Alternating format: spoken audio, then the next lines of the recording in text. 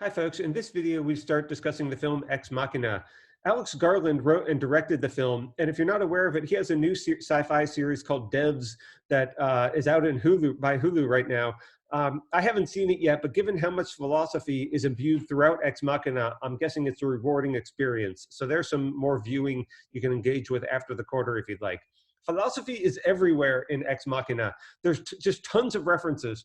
For example, the fictional company that takes the place of Alphabet or Google in the film is called Blue Book. That's a direct reference to, in case you didn't know it, they even tell you in the dialogue, that's the name of some of Wittgenstein's unpublished notes in the Blue and the Brown books.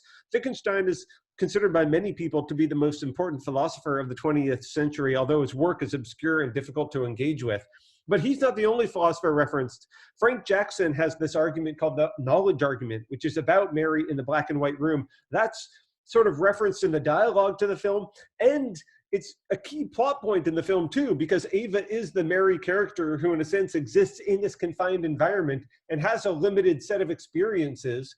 And what is the world like? What does she learn when she finally steps out of that box later on in the film? That's a central point to the plot of the movie. But really, the plot of the movie is structured around another philosophical thought experiment called the Turing test, invented by Alan Turing, who was one of the most important contributors to the philosophy of mind and logic and the history of computing. And he basically invented the idea of a modern computer called a Turing machine. And it was Turing's idea. His contribution to the philosophy of mind was basically that a functionalist conception of intelligence, that if you were functionally equivalent to an intelligent being, then you were an intelligent being. That's what intelligence is. It's a test about whether you can do things or not. So in Turing's original version of the test, if somebody could pass it for a set amount of time, 10 minutes or a half an hour or something, and it would fool you into you thinking that it's human, then in a sense, or you thinking that it has a mind, it has intelligence, then thereby it does have intelligence. That test actually is criterial for what it means to be intelligent. Well, the Turing test really is the fundamental plot artifice structuring the entire movie. What happens, and here I'll segue from discussion back and forth between the characters and the plot. Caleb, the main character or the protagonist of the film, is like the little Google employee who wins this award and thinks he's being rewarded for all of his great contributions to work, although we later on learn that that's not so. And he is transported off to this mystical place which is very reminiscent of the Garden of Eden. It is pure nature with almost no human marks whatsoever, in order to connect with the mercurial inventor of the artificial intelligence that we see in the film and the founder of the company Blue Book. So the reason Caleb is brought there ostensibly is to interact with this artificial intelligence, Ava. And Nathan sort of explains the basic structure of how the Turing test works. That he's going to interact with the artificial intelligence, and if he can't tell it's a computer or artificial, then the machine has passed the test, and that means that the thing actually is intelligent. It's artificial, it's created by humans, but it's genuine intelligence. So, and it really does have a mind. And then the questions are: does it have morality or other rights? Does it have a standing in the realm of persons that goes along with it? Now, even though it's not as direct as those other references I've given you, I think we can't help but think about Nietzsche when we watch this film. There's talk about like, we are becoming gods. You have become a god, Nathan, if you can create such a being. This is amazing. This has such strong Nietzschean overtones, and I'll talk in some of the other videos about whether I think the film is truly Nietzschean or not. But this line about, oh, this is like the history of the gods, this is amazing. This just makes me think of many lines of Nietzsche where he talks about what we need to do is become gods. For example, the Gay Science 125 passage where he talks about the death of God. Or remember how important nature is to this film and how nature it was to Nietzsche. So I give you one of these quotes from the readings about how aphorisms are like peaks. Nietzsche actually talks all the time about nature metaphors and mountains. He actually spent much of his time, he had personal health troubles his whole life, so Nietzsche spent much of his time in the Alpine small towns around the Alps in northern Italy, Switzerland, and Germany. and really spent most of his days walking around and developed his philosophy that way. So he would have been quite at home in Nathan's little compound out in the middle of nowhere. And I think there's actually many things that this nature photography and this theme of nature does in the film. For one thing, we see this classic romantic device from romantic artwork, the Romantic period, where humans are shown to be completely insignificant in relation to these incomprehensible, almost awe-inspiring, sublime forces of nature. And we get this, I mean, I don't know if any of you have ever stood at the foot of a massive waterfall and the way in which it makes you feel so alone, and the sheer power of the water coming down and the noise, the cacophony.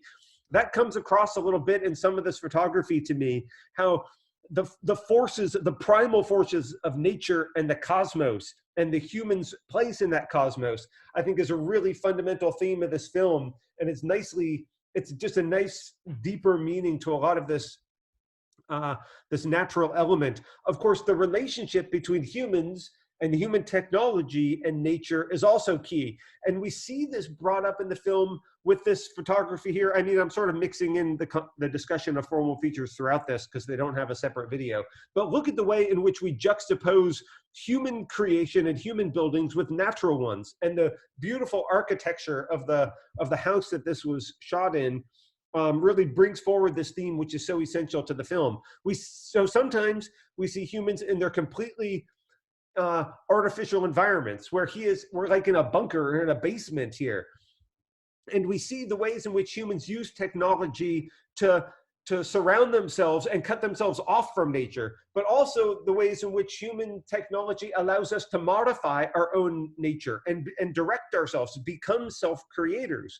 And so in that sense, that breaks down the barriers between nature and humanity. Of course, notice this, if you try a door and stay shut, okay, it's off limits. This, of course, I can't help but think about the Garden of Eden. I said this before with the natural photography. And of course, Nathan is, I'll say this in a minute, is an Old Testament sort of Yahweh God figure. He's definitely not the God of the New Testament. He is the God of the Old Testament. And all of these references to the Garden of Eden, of course, the character name Ava is a direct reference to the name Eve. So these limits just make you think about the serpent and the forbidden fruit of the tree of knowledge in the Garden of Eden. It's almost as if like Nathan were dangling some apple or pomegranate in front of you and telling you don't take a bite of the fruit. There is a forbidden tree, of course. What we then see is that Ava is surrounded by a tree in her environment. This is precisely like the Garden of Eden. And in some ways,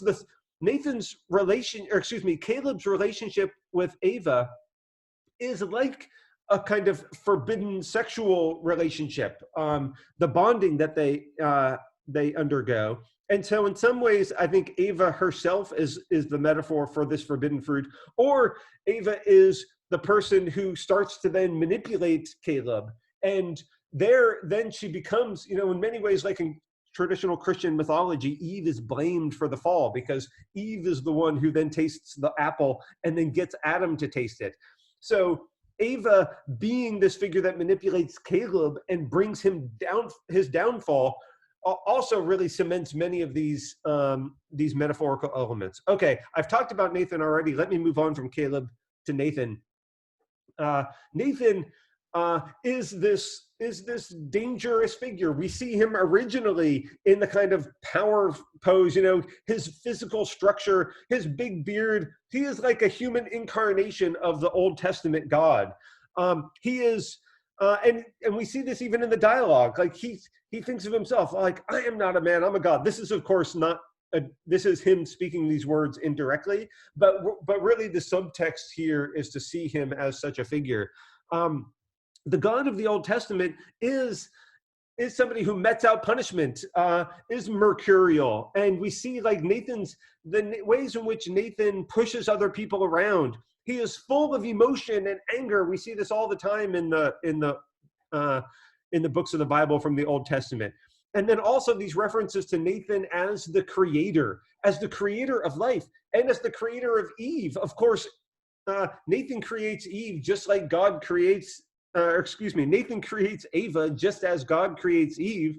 So again, this is cementing this symbolic connection to the Old Testament. And here, we're like looking in God's laboratory here. This is where we see the machinery of his creation. Uh, and remember, God, supposedly in Christianity, God created Eve to be the companion of Adam. And in many ways, Nathan created Ava to be heterosexual, precisely to be connected to Caleb in certain ways. And so the way in which Caleb was chosen and Ava was created and chosen as this pair for Nathan's own little experiment. It's just like God creating Adam and Eve and placing them in the Garden of Eden for his own little experiment. So these things, this connection goes deep. I mean, even the fact that Nathan refers to himself as a dad, we might as well see him as God the Father of humanity here. Oh yeah, and one other reference to Caleb as being Nathan's chosen one connects this even further. Okay, so Nathan is this dangerous, emotional character with fits of anger, and I think is somebody who we should be deeply ambivalent about. We mainly see the film, the protagonist is Caleb, so we see Nathan through Caleb's eyes, and that involves a kind of adulation, but also a kind of distance, and with a keen understanding of the power of relations and the distance and power between them. And we start to see and be skeptical about the character of Nathan precisely as Caleb starts to change his views and become skeptical of him. So Nathan is not rendered as a completely sympathetic God character, and it's indeed, we see the deep flaws in his character through the eyes of Caleb and of course Ava and Kyoko as well. Okay, let's talk about Ava and Kyoko, the artificial intelligences. The film, I mean, I'm assuming you've already seen it, so I can't give away any spoilers here. The film is absolutely amazing in not making Ava the main character throughout most of the film. So she is the latest version of the artificial intelligence, and she is intelligent by all intents and purposes. She passes the Turing test. She is true artificial intelligence. She has a kind of self-awareness, and the self-awareness that then brings with it knowledge of her own mortality. And these create deep existential worries for her. So we see there's so many existential themes in this film, one of which we haven't talked about that much in the course, is artificial intelligence and the existential plight of non-humans. And how could that be similar or different to the human condition? We've talked all over and over again about the meaning in our lives and the human condition without realizing maybe that we're being quite anthropomorphic, and we should be talking about the personhood condition, where there any being that has agency in the world can be persons, even if they're not biologically human persons. They could be artificially intelligent persons. And we see existentialism transcending the human condition here through the lens of Ava. And the amazing twist that the film pulls off, and one of the reasons I like it so much, is because Caleb really is the protagonist for much of the film. And we understand Ava only through Caleb's eyes. Except right near the end, there's this fundamental shift, and we lose allegiance to Caleb and gain it to Ava. And whether or not you bought that shift at the end of the film is really a litmus test for how successful the movie is. For me, it completely worked. And I think that Ava is the true hero of the film. I know that not all people read the film that way, and indeed the ending of the film has been hugely controversial. I think a lot of people misunderstand the ending, but I'm going to talk about it in a separate video. Let me say the fourth key character of the film is Kyoko, the other artificial intelligence. She gets much less screen time than Ava does, especially because she doesn't have any lines of dialogue in the film, but she is a really absolutely key character, in part because we see a division and an allegiance between the humans and the artificial intelligences, which also becomes gendered. And we see it as through the lens of patriarchy, by the two humans being males and the two artificial intelligences being females. So this creates a fundamental set of themes, which I'll talk about in some of the other videos as well, which raise other additional existential issues related to Beauvoir and Nietzsche and Dostoevsky and just about everybody. So I'll talk about those issues in another one of the videos. Thanks.